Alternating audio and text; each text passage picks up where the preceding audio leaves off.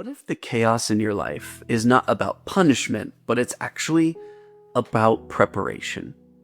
What if Jesus is actually flipping the tables in your life so that he can bring healing? If you are tired or overwhelmed, maybe it's not actually burnout, but maybe actually Jesus is realigning priorities so that he can clear up some space. We continue to move through Holy Week, and in Matthew 21, Jesus enters the temple and begins to flip some tables. He's just entered in on a donkey. What was supposed to be a place of worship is now seen as a glorified farmer's market where people are trading, gypping one another, bartering, and it has completely defamed this sacred place of worship.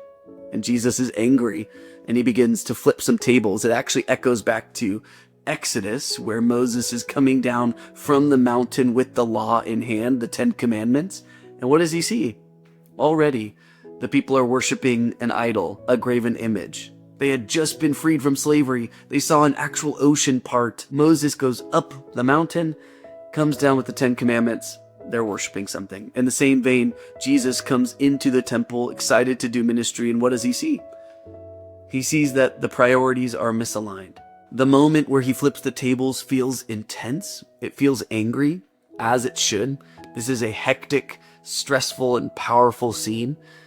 But a lot of times when we read this, we miss the verse right after. Freshly after, tables are flying and carts and food stands are flying left and right. Verse 14 says this: "People who were then blind and lame came to Jesus in that temple, and he began to heal them." You see, Jesus doesn't just remove chaos.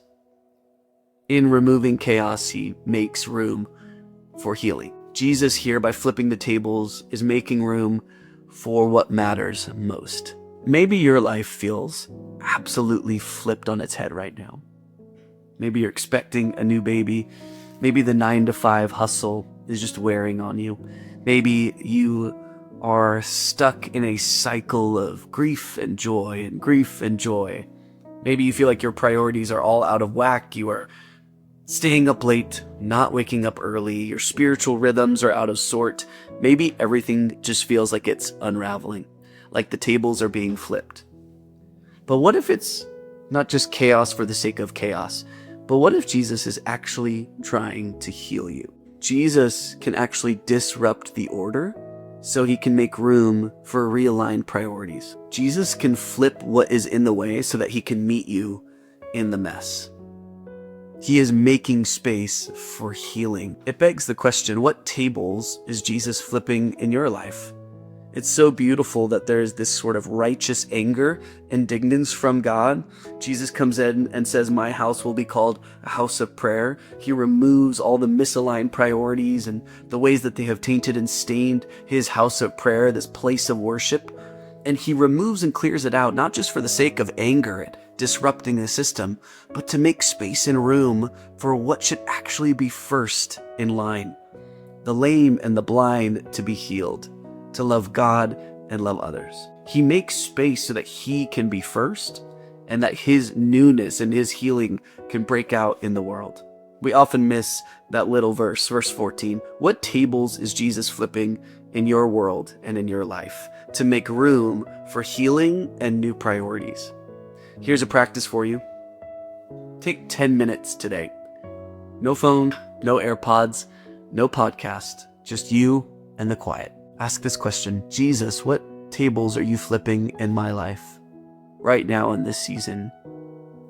And then part 2, what healing then are you trying to bring? In the places where I feel chaos, are you intentionally uprooting some misaligned priorities? Are you flipping over the tables so that you can bring a particular type of healing, realigned priority, new assignment, whatever God wants to do? God flips what you don't need so he can bring in what you've actually truly been praying for. Pray and ask God, what are you flipping in my life? What healing and new assignment or new priority are you trying to bring? As we sit with the quiet, I believe he will answer, and he will continue to make all things new.